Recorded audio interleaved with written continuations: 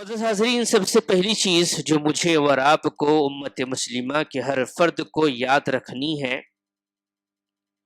وہ یہ ہے کہ اس روئے زمین پر اللہ نے جس دین کو پسند کیا ہے وہ دین اسلام ہے۔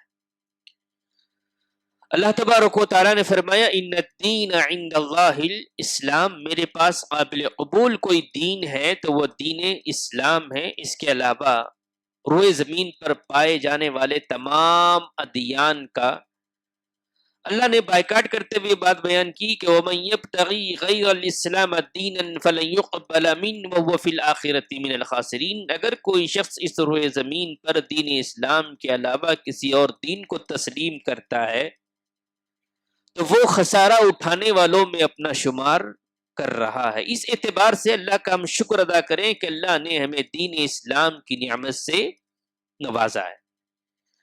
دوسرا پہلو جو ہمیں ہمیشہ یاد رکھنا ہے وہ یہ ہے کہ یہ دین اسلام جو اللہ نے پسند کیا ہے یہ دین کامل ہے، مکمل ہے۔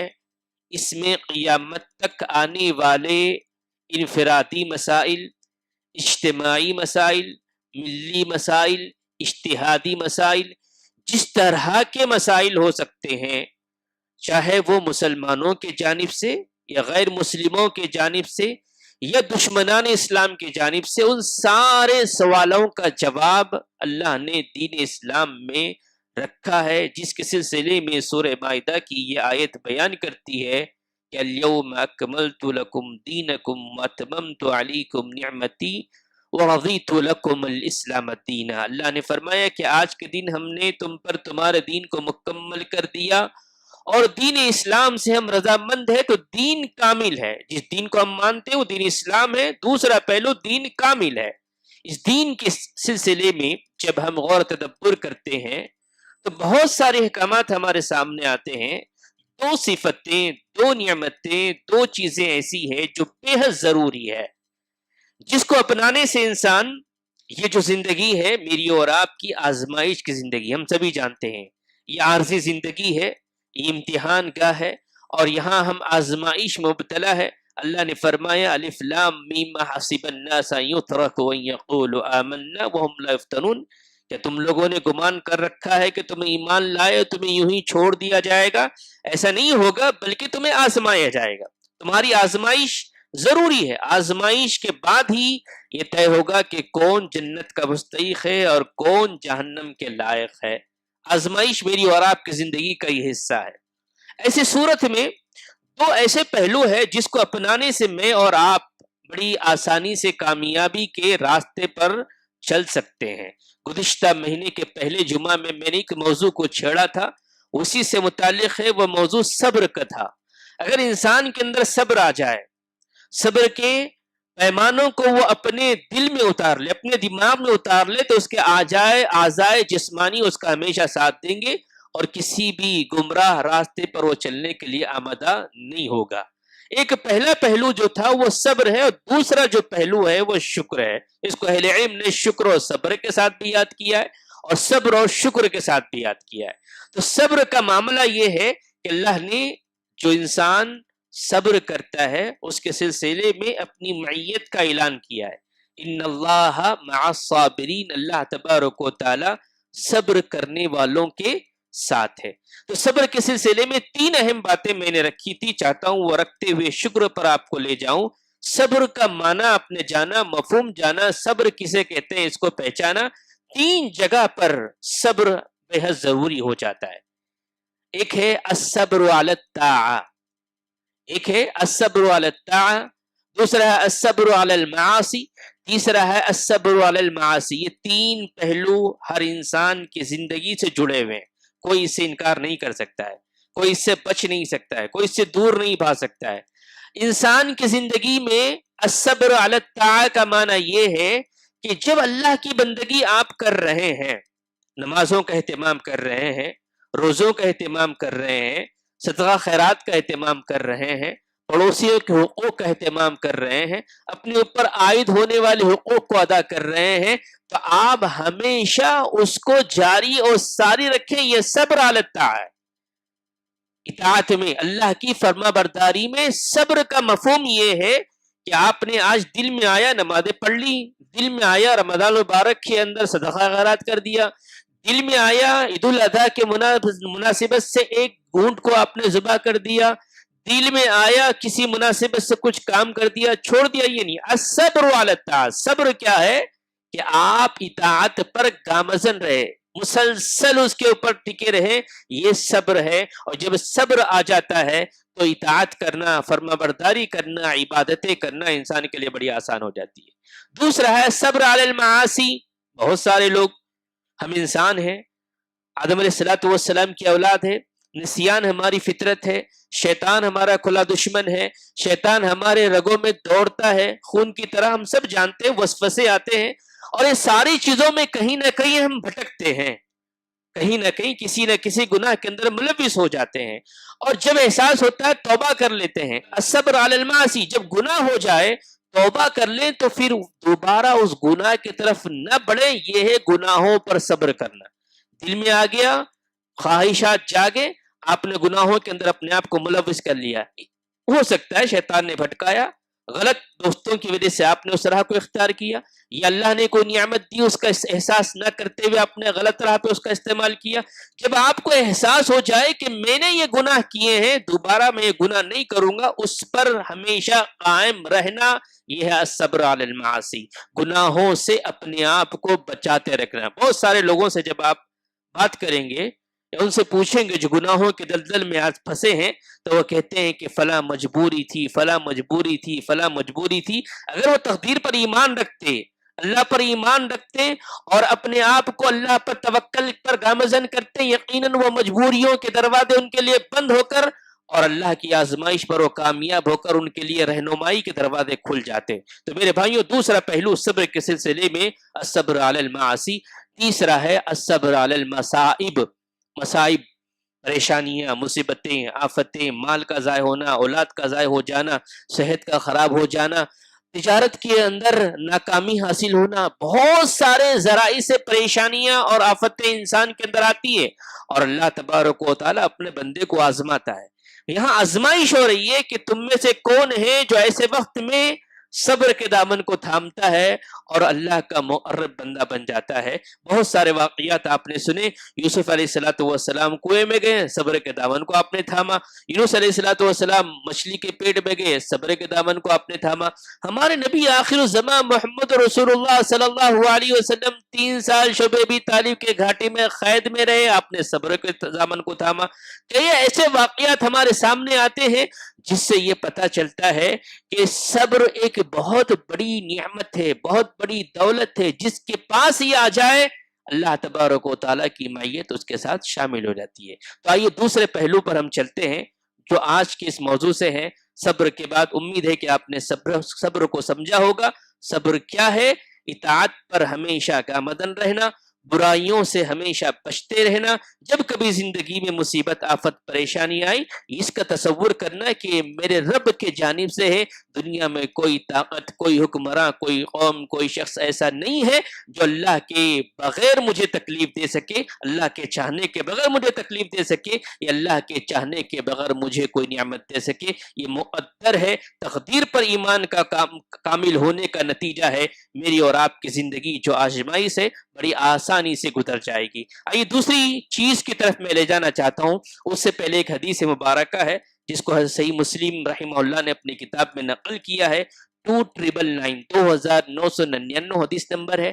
اللہ کے نبی علیہ الصلوۃ والسلام فرماتے ہیں، عجبا لامر المؤمن، مومن کے لیے بڑا تعجب خیز معاملہ ہے، مومن کا ایک عجیب معاملہ ہے، کافر کا ایک الگ معاملہ ہے، منافق کا الگ معاملہ ہے، مشرک کا ایک الگ معاملہ ہے، لیکن مومن کی کیفیت کو اللہ تبارک و اللہ کے نبی صلی اللہ علیہ وسلم نے یہ بات یہاں بیان کی، ان امرہ کلہ خیر، اس کے ساتھ جو کچھ بھی معاملہ ہوتا ہے، زندگی میں آپ کے معاملات ہوئے ہیں، آگے بھی ہوں گے، جو کچھ ہوا ہے، ان امرہ کلہ خیر، مومن کے ساتھ جب کوئی معاملہ ہوا، مصیبت آئی، پریشانی آئی، جس طرح کا بھی معاملہ ہوا، وہ سب کے سب خیر میں اللہ تبارک و تعالی بدل دیتا ہے۔ کیسے بدلتا ہے؟ وَلَيْسَ ذَلِكَ لِأَحَدٍ، اور یہ جو معاملہ ہے صرف اور صرف مومن کو حاصل ہوتا ہے، کسی اور کو حاصل نہیں ہوتا ہے۔ مومن کیا کرتا ہے؟ إِنَّ أَصَابَتْهُ سَرًّا شُكْرًا فَكَانَ خَيْرٌ لَهُ، جب کبھی کوئی خوشی آتی ہے تو وہ اللہ کا شکر ادا کرتا ہے اور اس کام کو اس کے ذریعے اللہ تبارک و تعالیٰ کے خیر کو پا لیتا ہے۔ یہ مومن کی صفت ہے، یہ کافر کی نہیں ہے، منافق کی نہیں ہے، مشرک کی نہیں ہے، بدعتی کی نہیں۔ مومن وہ ہوتا ہے جب کبھی کوئی نعمت ملتی ہے تو الحمدللہ وہ سجدہ شکر ادا کرتا ہے۔ یہ نہیں کہتا ہے کہ میری پلاننگ ایسی تھی، میری ٹیم نے ایسا کام کیا، میں نے فلاں فلاں کام کیا، نہیں، اللہ کی جانب سے اللہ نے چاہا، یہ ساری چیزوں کے بعد میں نے اسباب اختیار کیے، اس میں کوئی دو رائے نہیں ہے، لیکن اسباب کے بعد بھی کامیابی اللہ کے چاہنے سے ملتی ہے۔ حضرت علی رضی اللہ تعالیٰ کا قول ہے، آپ نے سنا ہوگا، یاد آ رہا ہے بتاتا چلوں، وہ کہتے ہیں کہ ہم جنگوں میں بڑی پلاننگ کے ساتھ جنگ کے لیے نکلا کرتے تھے، ہر زاویے سے سوچتے تھے کہ کہاں سے کیا کریں گے، کیسے کریں گے، کس طرح کس کو کہاں پر کھڑا کرنا ہے، ہم نے ساری پلاننگ کی، ہتھیار تیار کیے، لیکن دیکھتے ہیں آخر میں نتیجہ ہمارے حق میں نہیں آتا ہے۔ جس بات کا اندازہ اللہ کے نبی صلی اللہ علیہ وسلم کو ہوا، حضرت علی رضی اللہ تعالیٰ نے کہا، تو حضرت علی رضی اللہ تعالیٰ کہتے ہیں کہ جب ہم ہار کر واپس آئے تو ہم کو اندازہ ہوا کہ ہم نے اسباب پر ہی اختیار کر لیا تھا، ہم نے یہ نہیں سوچا تھا کہ اسباب کے بعد بھی کامیابی اور ناکامی دینے والا کوئی ہے۔ واللہ اس دن مجھے تقدیر پر ایمان مکمل ہوا کہ اسباب کے بعد بھی کامیابی اللہ چاہنے سے ہوتی ہے، اللہ کے نہ چاہنے سے کامیابی حاصل نہیں ہوتی ہے۔ اس سے کیا پتہ چلا کہ جتنی نعمتیں بندے کو ملتی ہے، مومن کو اس نعمتوں کے بدلے وہ شکر ادا کرتا ہے، وہ خیر کا ذریعہ ہو جاتی ہے۔ دوسرا پہلو جو حدیث سے ہمارے سامنے آتا ہے، وَإِنْ أَصَابَتْهُ ضَرًّا، جب کبھی مصیبت آتی ہے، پریشانی آتی ہے، آفت آتی ہے، بچے دنیا سے رخصت ہو جاتے ہیں، ماں دنیا سے رخصت ہوتی ہے، باپ بڑا اہم ہوتا ہے انسان کی زندگی میں، رخصت ہو جاتا ہے، کسی سے دلی محبت ہوتی ہے، دوست کسی دنیا سے رخصت ہو جاتا ہے، مصیبت آتی ہے، تو ایسی مصیبت کے وقت وہ کیا کرتا ہے کہ صبر کے دامن کو تھامتا ہے اور کہتا ہے انا للہ و انا الیہ راجعون، تو وہ مصیبت بھی اس کے لیے خیر بن جاتی ہے۔ تو زندگی آزمائش ہے، زندگی میں یہ مرحلے ہیں، تو ایسے وقت میں دو پہلو میرے اور آپ کے سامنے آتے ہیں، ایک ہے صبر اور دوسرا ہے شکر۔ آئیے دیکھتے ہیں شکر کسے کہتے ہیں۔ شکر کا لغوی معنی ہمارے سامنے آتا ہے اظہار کرنا، یہ احسان، کسی کے احسان کو جتانا، یہ کسی کے احسان کا اظہار کرنا۔ مثال کے طور پر عام مثال آپ کے سامنے دوں، کسی نے کسی دوست کی مدد کی مصیبت کے وقت، پریشانی کے وقت، آپ کے اوپر اس نے احسان کیا اور آپ نے اس کا بدلہ دیا کہ شکرن جزاک اللہ خیر، یا وقت آنے پر آپ نے اس کا بہترین بدلہ دیا، حل جزاء الاحسان الا الاحسان، بہترین بدلہ آپ نے دیا، تو احسان جتانا اس کو کہتے ہیں شکر۔ اور جب ہم اس کو اور تھوڑا سا گہرائی سے جاننے کی کوشش کرتے ہیں تو ہمارے سامنے یہ بات آتی ہے، اہل علم کے ذریعے سے بہت سارے انہوں نے تفصیلات بیان کی ہیں، مختصر طور پر یہ بات بتا دوں کہ صبر کا، شکر کا معنی جو آ رہا ہے وہ یہ ہے کہ تفسیر قرطبی کے اندر، سورہ بقرہ کی تفسیر کے اندر سہل بن عبداللہ وہ بیان کرتے ہیں، شکر کا معنی یہ ہے کہ جب کبھی کسی کے ساتھ کسی نے احسان کیا تو احسان کا بدلہ اس سے بڑھ کر دینا چاہیے۔ احسان کا بدلہ کیا ہوتا ہے؟ کسی نے آپ کی 100 روپے کی مدد کی اور اس کو 1000 روپے کی آپ کو ضرورت ہے تو آپ کو چاہیے کہ اس کا بدلہ بڑھ چڑھ کر دے۔ تو شکر کا معنی یہ ہے، سہل بن عبداللہ کہتے ہیں، امام قرطبی رحمۃ اللہ علیہ نے اپنی تفسیر میں اس بات کو نقل کیا ہے کہ بڑھ چڑھ کر اطاعت کرنا، بڑھ چڑھ کر اطاعت کرنا اور ساری نافرمانیوں سے بچنا، چاہے وہ ظاہری ہو یا باطنی ہو، اس کو سمجھنا ہے۔ اطاعت کرنا بڑھ چڑھ کر اور نافرمانیوں سے بچنا، ظاہری ہو یا باطنی۔ اب شکر ہم کس کا ادا کریں گے؟ اللہ کا۔ کیوں کریں گے؟ اللہ نے اتنی ساری نعمتیں ہم کو دی ہے، اللہ نے اتنی ساری نعمتیں ہم کو دی ہے، اللہ نے فرمایا ان تعدوا نعمت اللہ لا تحصوها، اگر تم اس کی نعمتوں کو شمار کرنا چاہو تو ہرگز ہرگز اس کی نعمتوں کو شمار نہیں کر سکتے. اللہ نے ساری نعمتیں دی تو وہ اس نے ہم پر احسان کیا, اور محسن کا بدلہ اطاعت کے ذریعے دیا جائے گا. انسان اپنی زندگی میں اس کے احکامات کو اپنا کر, اللہ نے مجھے دولت دی, میں زکوٰۃ وقت پہ ادا کروں گا. اللہ نے مجھے دولت جیسی نعمت دی, میں پڑوسیوں کے حقوق کو اطاعت کر کر آپ شکر ادا کریں گے. اللہ نے اگر آپ کو علم دیا, آپ عوام الناس میں, اپنے اہل و عیال میں, اپنے اہل خانہ و اپنے دوست احباب میں علم کے ذریعے سے توحید کی روشنی کو پھیلائیں گے. آپ اللہ کی یہ نعمت کو اطاعت گزاری میں آپ گزاریں. اللہ نے اگر طاقت دی, کہیں پر ظلم ہو رہا ہے, مظلوم کا ساتھ دے کر ظالم کے ہاتھ کو پکڑنا, یہ اللہ کی نعمتوں کا استعمال کرنا ہے. تو میرے بھائیوں, بڑھ چڑھ کر اللہ تبارک و تعالیٰ کی اطاعت کرنا. دوسرا پہلو, سارے نافرمانیوں سے بچنا. یہ ہے اہم مرحلہ, اور یہیں پر آتا ہے صبر کا دامن. ایک تو آپ اطاعت کر رہے ہیں, میں بہت اچھا ہوں, اللہ کی عبادت کرتا ہوں, میں کسی کے معاملات میں نہیں جاتا, میں فلاں فلاں فلاں, ٹھیک ہے. اگر آپ یہاں پر اتنے دائرے میں رہتے ہیں تو آپ پر شریعت نے بہت ساری چیزیں عائد کی ہیں. آپ کے پڑوسی کے حقوق ہے, بیوی کے حقوق ہے, بچوں کے حقوق ہے, اگر آپ وقت کے حاکم ہیں تو آپ کے ماتحتین کے حقوق ہے, اگر آپ کی اپنی کمپنی ہے نیچے کام کرنے والے کے حقوق ہے. آپ ایک دائرے میں صحیح, دنیا خراب نہیں. آپ پر ذمہ داری عائد یہ ہوتی ہے کہ آپ اپنے آپ کو نافرمانی سے جہاں بچاتے ہیں, جو ذمہ داری آپ پر عائد ہو رہی ہے وہ دوسروں کو بھی نافرمانی سے بچانا اور شکر کے راہ پر لے کر آنا. تو میرے بھائیوں, اس طرح اور بہت ساری باتیں آتی ہیں کہ شکر سے مراد انعامات کرنے والے کی محبت کا دل میں گھر کر لینا. سب سے زیادہ انعام ہم پر کس نے کیا, کبھی غور تدبر کیجئے. سب سے زیادہ نعمت, سب سے زیادہ ہم کو انعام دینے والا کون؟ اللہ تبارک و تعالیٰ. یہ جان, یہ جسم, یہ روح, یہ بولنا, یہ چلنا, یہ کھانا, یہ پینا, یہ دیکھنا, یہ دل, یہ دماغ, یہ ساری جو چیز اللہ نے دی ہے, اس سے محبت کیسی ہونی چاہیے, اس کی اطاعت کیسی ہونی چاہیے, اور اس کے احکامات پر کیسی زندگی گزارنی چاہیے. شکر کا معنی یہی ہے کہ محسن کے احسان کا بدلہ اطاعت کے ذریعے دیا جائے اور نافرمانی سے اپنے آپ کو بچایا جائے. یہ شکر کی زندگی ہوگی, اور جب شکر کی زندگی ہوگی تو ایک مومنانہ زندگی ہوگی, اور مومنانہ زندگی ہوگی تو ہر معاملہ خیر ہوگا. جب خیر ہوگا تو اس کا بدلہ جنت کے علاوہ کچھ اور نہیں ہو سکتا ہے. میرے بھائیوں, شکر کے سلسلے میں اور بہت ساری باتیں آتی ہیں. 3 چیزیں اس کے اندر بڑی اہمیت کے حامل ہے. آپ اس وقت تک کسی کا بھی شکریہ ادا نہیں کرتے جب تک کہ دل میں اس کے لیے محبت پیدا نہ ہو. پہلا مسئلہ ہے دل میں محبت پیدا ہونا. دل میں محبت کیسے پیدا ہوتی ہے؟ جب آپ اس کی نعمتوں کو دیکھیں گے, اس کی نعمتوں کو دیکھیں گے. اگر آپ کو احساس نہیں ہے کہ آپ کے پاس کیا کیا نعمتیں ہیں, تو کبھی آپ گاندھی ہاسپٹل جائیے, یا عثمانیہ ہاسپٹل جائیے, یا کسی گورنمنٹ ہاسپٹل جائیے, یا پرائیویٹ ہاسپٹل میں جا کر لوگوں کی کیفیت کو دیکھیے کہ لوگ ہزاروں روپیہ ساتھ رکھنے کے بعد, اللہ کی مال کی نعمت رکھنے کے باوجود, سوائے پانی پر, سوائے کچھ دواؤں پر, سوائے کچھ چیزوں کے کھانے کے لیے مجبور ہیں. اگر اللہ آپ کو صحت دیا ہے, اللہ آپ کو صحیح سالم رکھا ہے, اللہ آپ کو نعمتیں دیا ہے, تو اندازہ ہوگا کہ کتنی نعمتیں اللہ نے ہم کو دی ہے. جب یہ نعمتوں کا اندازہ ہوگا, دل میں اللہ کی محبت پیدا ہوگی. جب تک آپ ان نعمتوں کو نہیں سمجھیں گے, آنکھ بند کر کے دیکھیے کہ اللہ کی کیا نعمت ہے. یہ روشنی اگر آنکھ نہ کھلے تو دنیا آپ کے سامنے اندھی ہو جائے گی. آپ کی زبان کو تھوڑی دیر روک کے دیکھیے, اگر بولنا نہ آئے, کسی ایسے شخص سے ملیے جس کی زبان تو ہے لیکن بول نہیں سکتا, آپ کو اندازہ ہوگا کہ یہ زبان کیا نعمت ہے جو سچ پہ چلنی چاہیے لیکن جھوٹ پہ لوگ چلاتے ہیں, غیبت پہ چلاتے ہیں, چغلی پہ چلاتے ہیں, نافرمانیاں. ہم ناشکرے ہو چکے ہیں. اور شہر حیدرآباد کی تاریخ تو دیکھتے ہیں کہ دسترخوان میں الحمدللہ پوری دنیا سے مشہور و معروف یہاں کے دسترخوان ہیں, یہاں کے کھانے پینے ہیں, لیکن یہاں کے لوگوں کے سلسلے میں بات آتی ہے کہ ناشکری میں سب سے زیادہ یہ ہمیشہ ناشکر اپنا کرتے ہیں.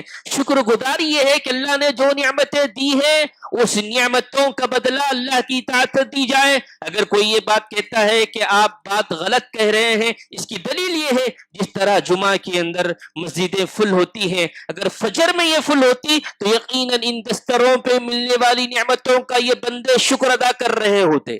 اگر آپ شکر گزار ہوتے تو ہر نماز کے اندر مسجدیں فل ہوتی. اس بات کی دلیل ہے کہ ہم اللہ کی نعمتوں کا ناشکر اپنا کر رہے ہیں. ایسی نعمتیں اللہ نے دی ہیں, صرف جمعہ کی حد تک ہم شکر کرنے کے لیے آ جاتے تاکہ محلے میں یہ بات باقی رہے کہ میں مسلمان ہوں, جمعہ کی نماز پڑھتا ہوں. میرے بھائیوں, دل میں محبت, اللہ کی نعمتوں کی دل میں محبت نہیں پیدا ہوگی، آپ کے اعضاء جسمانی، آپ کا پیر مسجد میں آنے کے لیے تیار نہیں ہوگا، آپ کے ہاتھ، آپ کے پیر مسجد کو لانے کے لیے تیار نہیں ہوں گے، آپ کے دماغ میں نماز کی فکر پیدا نہیں ہوگی۔ دل میں محبت، اور محبت پیدا کرنے کے لیے اپنی نعمتوں کا جائزہ لیجئے۔ اللہ کہتا ہے تم نعمتوں کو شمار نہیں کر سکتے، اپنی اپنی نعمتوں کو دیکھیے۔ تو پہلا مرحلہ شکر ادا کرنے کے لیے دل میں وہ جذبہ پیدا ہونا چاہیے۔ دل میں اگر جذبہ نہیں پیدا ہوا تو ہم شکر ادا نہیں کر سکتے ہیں۔ دوسرا مرحلہ زبان سے اس کو ادا کرنا چاہیے۔ جب دل میں کسی کی محبت پیدا ہو جائے تو آپ کیا کرتے ہیں؟ زبان سے اس کا شکریہ ادا کرتے ہیں۔ زبان سے شکریہ ادا کرنے کا مطلب کیا ہے؟ اللہ تبارک و تعالیٰ نے آپ کو ایک نظام دیا ہے۔ اسلام ایک نظام ہے، فجر سے لے کر عشاء تک، پیدائش سے لے کر تدفین تک، اٹھنے سے لے کر جنت و جہنم تک، سب سے بہترین سسٹم کہیں ہے اسلام میں ہے، مسلمانوں کے پاس۔ اور سب سے بڑی بدنظمی کہیں ہے تو مسلمانوں کے پاس۔ ہماری دعوتیں آپ دیکھ لیجئے، محفلیں ہماری دیکھ لیجئے، مساجد کا حال دیکھ، سب سے بڑی بدنظمی کہیں ہے تو بڑے تعجب کے ساتھ کہنا پڑتا ہے ہمارے پاس، سب سے بہترین سسٹم کہیں ہے تو وہ اسلام کے اندر ہے۔ تو اعضائے جسمانی، دوسرا پہلو، دل میں محبت پیدا ہونے کے بعد زبان سے اس کا اقرار کرنا۔ فجر کے بعد جیسے آپ اٹھ رہے ہیں نیند سے، زبان سے شکر ادا کرنے کا طریقہ کیا ہے؟ آپ نیند کے بعد بیدار ہونے کی دعا پڑھیں۔ کتنے لوگوں کو یاد ہے؟ اللہ ماشاءاللہ، جس کو یاد ہے وہ بھول جاتے ہیں، اور کئی لوگ ہیں کبھی توجہ بھی نہیں دیتے کہ میں نیند جیسی نعمت سے فارغ ہوا۔ اگر آنکھیں نہیں کھلتی تو دنیا کی کیا پلاننگ کرتے ہیں آپ؟ اللہ کی نعمت جو نیند ملی ہے اس پہ شکر۔ الحمدللہ الذی احیانا بعد ما اماتنا والیہ النشور۔ بیت الخلا گئے، بیت الخلا سے واپس آنے کی گارنٹی نہیں ہے۔ جاتے وقت دعا، نکلتے وقت دعا۔ لباس آپ پہننے ہو سکتا ہو لباس آپ کے لیے آپ کے جسم کو چھپانے کا ذریعہ ہو، لیکن کسی کی نظر میں نظر لگنے کا ذریعہ ہو۔ اگر لباس پہنتے وقت آپ نے دعا پڑھی اللہ کی نعمت پر تو الحمدللہ وہ لباس آپ کے لیے فائدے مند ہوگا۔ گھر سے آپ نکل رہے ہیں، گھر سے نکلتے وقت کی دعا، گھر میں داخل ہوتے وقت کی دعا، ساری سسٹم اللہ کے نبی علیہ الصلوۃ والسلام نے ہمیں دیا۔ لقد کان لکم فی رسول اللہ اسوۃ حسنہ۔ تمہارے لیے بہترین نمونہ اگر کوئی ہے تو محمد رسول اللہ صلی اللہ علیہ وسلم ہے۔ اتنی ساری نعمتوں کے باوجود ہمارے گھرانوں میں اسلامی نظم نہیں، اسلامی طریقہ نہیں، اسلامی دعائیں نہیں، اسلامی کوئی آداب پاسو نہیں۔ ہم مسلمان ہیں تو کیسے مسلمان ہیں؟ اللہ کی نعمتوں پر ہم شکر ادا کر رہے ہیں، اللہ کی نعمتوں کا شکر ادا کر رہے ہیں۔ میرے بھائیوں، قوم سبا کے واقعے کو اگر میں دہرانا چاہوں وقت لمبا ہو جائے گا۔ جہاں جن قوم کے ساتھ تباہی کا مرحلہ ہے، اب ان کی تاریخ کو اٹھا کے پڑھیے۔ اللہ نے کہا تھا کہ تم نعمتوں پر شکر ادا کرو اور اللہ کا ذکر ادا کرو، تم کامیاب رہو گے۔ قوم سبا کی تاریخ کو پڑھیے، سورہ سبا کے اندر آپ کو ملے گا اللہ نے باغات، نہریں اور باغیچے عطا کیے تھے، پھل فروٹ عطا کیے تھے، صرف شکر گزاری کرنے کا اللہ نے حکم دیا تھا۔ شکر گزاری سے باز آ گئے، شکریہ انہوں نے ادا نہیں کیا، اللہ تبارک و تعالیٰ نے تباہ و تاراج کر دیا۔ ایسی کئی قومیں ہیں، کئی علاقے ہیں جس سے اس بات کا ہمیں علم ہوتا ہے کہ شکر اللہ کی نعمتوں پر ہمیں کرنا چاہیے۔ پہلے دل میں محبت ہو، اور دوسرا ہے زبان سے اس بات کا اقرار ہو، اور تیسرا ہے اعضائے جسمانی سے عملی جامہ پہنانا۔ یہ شکر ہے۔ اگر کوئی کہتا ہے کہ ہم شکر ادا کرتے ہیں اللہ کا، الحمدللہ اللہ کا شکر ہے، اور ظہر کی نماز میں غائب ہے، عصر کی نماز میں غائب ہے، مغرب کی نماز میں غائب ہے، عشاء کی نماز میں غائب ہے، تو اپنا جائزہ لیں کہ وہ شکر کس طرح ادا کر رہا ہے۔ اگر شکر کرنا ہے اللہ کی اطاعت کرنا ہے۔ شکر کا معنی اعضائے جسمانی سے آپ مانتے ہیں کہ اللہ کی نعمتیں ہیں، دل نے تصور کر لیا، زبان سے آپ نے اقرار کر لیا، لیکن زندگی منمانی گزر رہی ہے تو یہ شکر کی زندگی نہیں ہے۔ کہیں ایسا نہ ہو کہ یہ نعمتیں اللہ آپ سے چھین لے۔ اللہ نے فرمایا لئن شکرتم لازیدنکم ولئن کفرتم ان عذابی لشدید۔ اگر تم اللہ کی نعمتوں پر شکر ادا کرو گے تو اللہ تمہاری نعمتوں میں اضافہ کرے گا، اور اگر تم اللہ کی دی ہوئی نعمتوں پر شکر ادا نہیں کرو گے لازیدنکم ولئن کفرتم ان عذابی لشدید، کہیں ایسا نہ ہو کہ تمہیں دردناک عذاب کے اندر اللہ مبتلا نہ کر دے اور آپ کی زندگی کو ٹٹولیے۔ کون سا عذاب میں، کس طرح کی عذاب میں اللہ نے آپ کو مبتلا کر رکھا ہے نہ شکری کی وجہ سے؟ ہر کوئی جانتا ہے، اپنا اپنا جائزہ لیجئے۔ کہیں ایسا تو نہیں ہے جو مصیبت، یہ پریشانی، یہ آفتیں میری زندگی میں جڑی ہوئی ہیں، یہ میری ناشکری کا نتیجہ تو نہیں ہے، میرے لیے عذاب کی شکل تو نہیں ہے، اللہ کی ناراضگی کی شکل تو نہیں ہے؟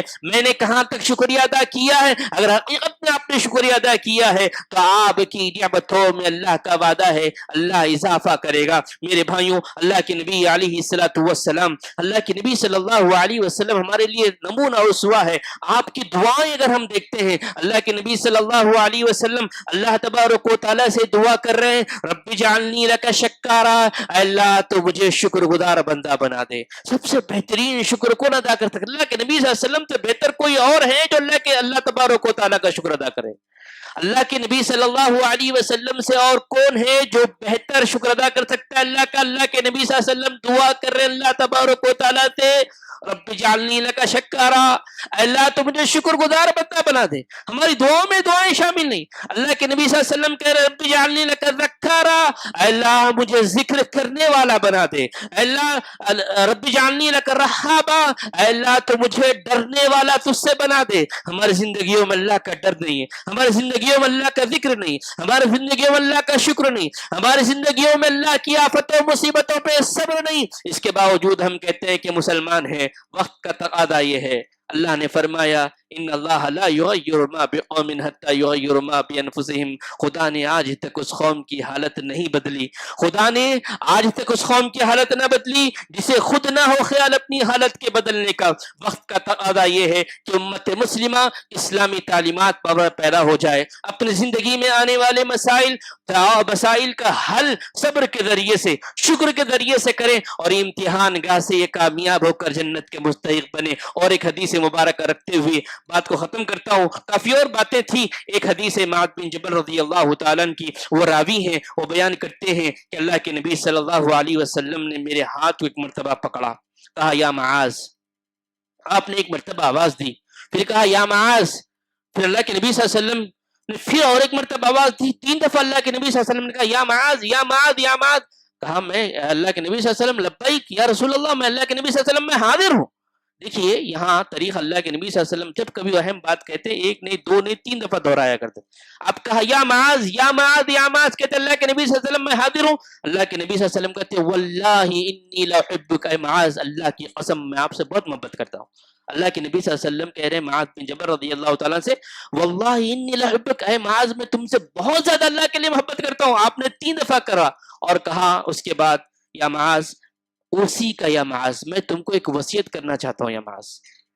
معاذ بن جبل رضی اللہ تعالیٰ کا ہاتھ پکڑا، پوچھا، محبت بتائی، پھر کہا کہ میں تمہیں ایک وصیت کرنا چاہتا ہوں۔ کہا لا تدعن فی دبر کل صلاۃ تقول اللہم اعنی علی ذکرک و شکرک و حسن عبادتک، کبھی بھی تم نماز کے بعد اس دعا کو پڑھنا نہ بھولنا، جس دعا کے اندر کیا بات اللہ کے نبی صلی اللہ علیہ وسلم سکھائی؟ اللہم اعنی علی ذکرک، اے اللہ تو مجھے ذکر کرنے والا بنا دے، اللہم اعنی علی ذکرک، اے اللہ تو مجھے شکر گزار بنا دے۔ معاذ بن جبل رضی اللہ تعالیٰ عنہ کو محبت کے ساتھ وصیت کریں اللہ کے نبی صلی اللہ علیہ وسلم، کس کا؟ شکر گزاری کا اور ذکر کا۔ یہ حدیث مجھے اور آپ کو للکارتی ہے، بتاتی ہے کہ ہم ہر نماز کے بعد اللہ کا شکر ادا کریں اور شکر کے ساتھ دعاؤں کا اہتمام کریں۔ اور شکر میں عام چیز بتاتے ہوئے بات ختم کر دوں، شکر کیا ہوتا ہے؟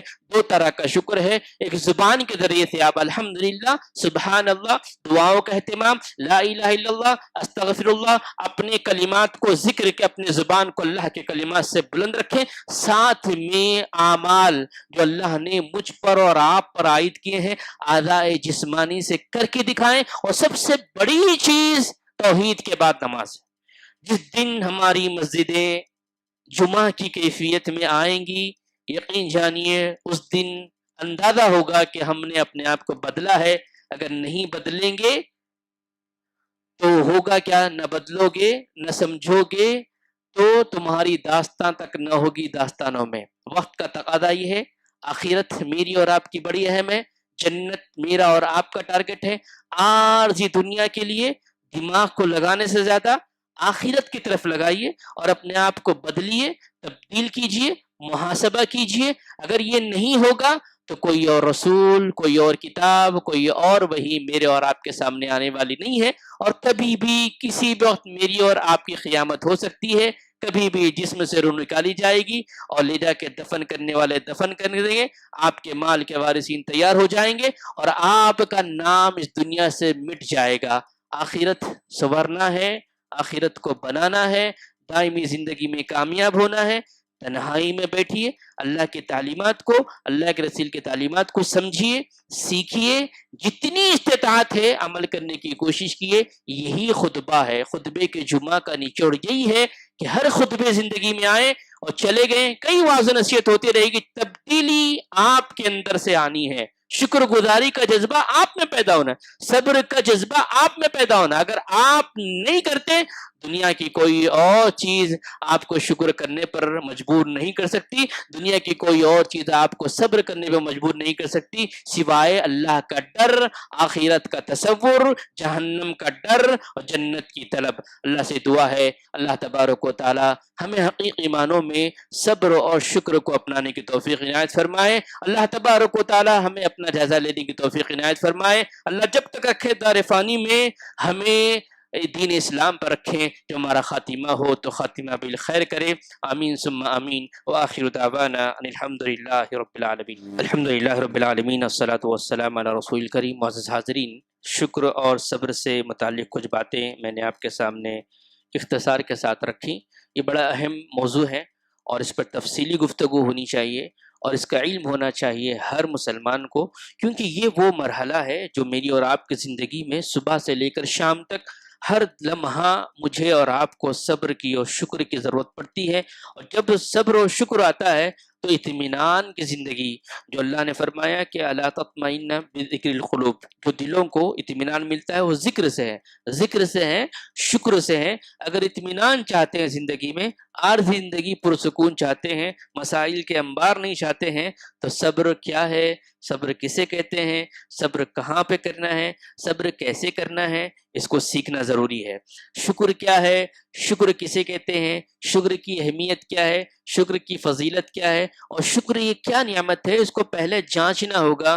تب آپ کے اندر، میرے اندر تبدیلی واقع ہو سکتی ہے. ورنہ وقتی طور پر کچھ باتیں سن لیں، جمعہ ختم ہو جائے، اثر میں صبر یاد رہے نہ شکر، تو جمعہ کا فائدہ نہیں ہے اور زندگی کا فائدہ نہیں ہے. تو میرے بھائیوں، یہ کچھ باتیں میں نے رکھی. اللہ نے فرمایا ثم لتسألن یومئذ عن النعیم، ایک ایک نعمت کے بارے میں اللہ تعالیٰ قیامت دن پوچھے گا. داؤد علیہ السلام کا واقعہ یاد آ رہا ہے، وقت ہو رہا ہے لیکن بتاتا چلو. انہوں نے کہا اللہ تبارک و تعالیٰ تیری نعمتوں میں سب سے بہتر نعمت کیا ہے جس کا مجھے اندازہ کرا دے. اللہ تعالیٰ نے کہا ہے داؤد تم اپنی سانس کو تھوڑی دیر کے لیے روک لو. داؤد علیہ السلام نے سانس کو روکا تو کہا بہت ساری نعمتیں ہیں، اس نعمتوں میں ایک نعمت یہ ہے جس کا اندازہ ہوا کہ سانس رکنے سے کیا ہوتا ہے. تو یہ میری اور آپ کی سانسیں چلنا اللہ کی نعمت ہے، اللہ کی نعمت ہے. اللہ کے لیے اللہ کی نافرمانی نہ کریں، کسی کے حقوق کو نہ ماریں، کسی کے ساتھ ظلم نہ کریں، وقتی طور پر اپنے حقوق کو پامال کریں، اللہ کے حوالے کریں معاملات کو. اللہ تعالیٰ بہترین بدلہ دینے والا ہے. اگر آپ پر کوئی ظلم کرتا ہے، صبر کے دامن کو تھامیں، شکر کی زندگی گزاریں. یہ وہ جذبات ہیں جو مجھ میں اور آپ میں پیدا ہونا بے حد ضروری ہے. جب تک نہیں پیدا ہوں گے تبدیلی واقعی نہیں ہوگی. ایک گزارش جمعہ میں آئی ہے، اس مسجد کے جو بانی ہیں ان کے گھر میں امامہ جو لڑکی ہیں، چھوٹی سی بچی ہیں، زیر علاج ہیں ہاسپٹل میں. ان کے ذمہ داروں نے گزارش کی ہے کہ ان کے حق میں ہم دعا کریں کہ اللہ انہیں صحت کاملہ عاجلہ عطا فرمائے. امامہ کے علاوہ جو بھی بیمار ہیں ہم ان کے حق میں بھی دعا کرتے ہیں، اللہ تعالیٰ انہیں صحت کاملہ عاجلہ عطا فرمائے. اللہ تعالیٰ ہمیں دل کے بیماریوں سے صاف کرے، ہمارے دل کو صاف کریں تاکہ ہم قیامت دن قلب سلیم لے جائیں اور ہماری کامیابی ہو. اللہ سے ہم دعا کرتے ہیں اللہ تعالیٰ ہمارے ملک میں عنقریب جو چیزیں ہونے والی ہیں سیاسی طور پر، اس کے حق میں بھی ہم دعا کرتے ہیں. اللہ ایسے لوگوں کو تو مسلط نہ کر دیں جو ہم پر ظالم بنے یا ظلم کرے یا ہمارے لیے مسائل کھڑے. اللہ تو جانتا ہے، ان کے حق میں بہتر فیصلہ کر دیں، جو ہمارے لیے بہتر ہے وہ ہمارے اوپر حکمراں بنے. اللہ سے ہم دعا کرتے ہوئے یہی بات پہ ختم کرتے ہیں، اللہ جب تک رکھے ہمیں اس دار فانی میں ایمان اور اسلام کی حالت میں رکھے، جو ہمارا خاتمہ ہو تو خاتمہ بالخیر کرے. اقول قولی ھذا استغفر اللہ لی ولکم ولسائر المؤمنین. اعوذ باللہ السمیع العلیم من الشیطان الرجیم. بسم اللہ الرحمن الرحیم. ان اللہ وملائکتہ یصلون علی النبی یا ایھا الذین آمنوا صلوا علیہ وسلموا تسلیما. اللہم صل علی محمد وعلی آل محمد کما صلیت علی ابراہیم وعلی آل ابراہیم انک حمید مجید. اللہم بارک علی محمد وعلی آل محمد کما بارکت علی ابراہیم وعلی آل ابراہیم انک حمید مجید. اعوذ باللہ السمیع العلیم من الشیطان الرجیم. بسم اللہ الرحمن الرحیم. ان اللہ یأمر بالعدل والإحسان وإیتاء ذی القربى وینہی عن الفحشاء والمنکر والبغی یعظکم لعلکم تذکرون. واذکروا اللہ یذکرکم وادعوہ یستجب لکم ولذکر اللہ تعالی واللہ یعلم ما تصنعون.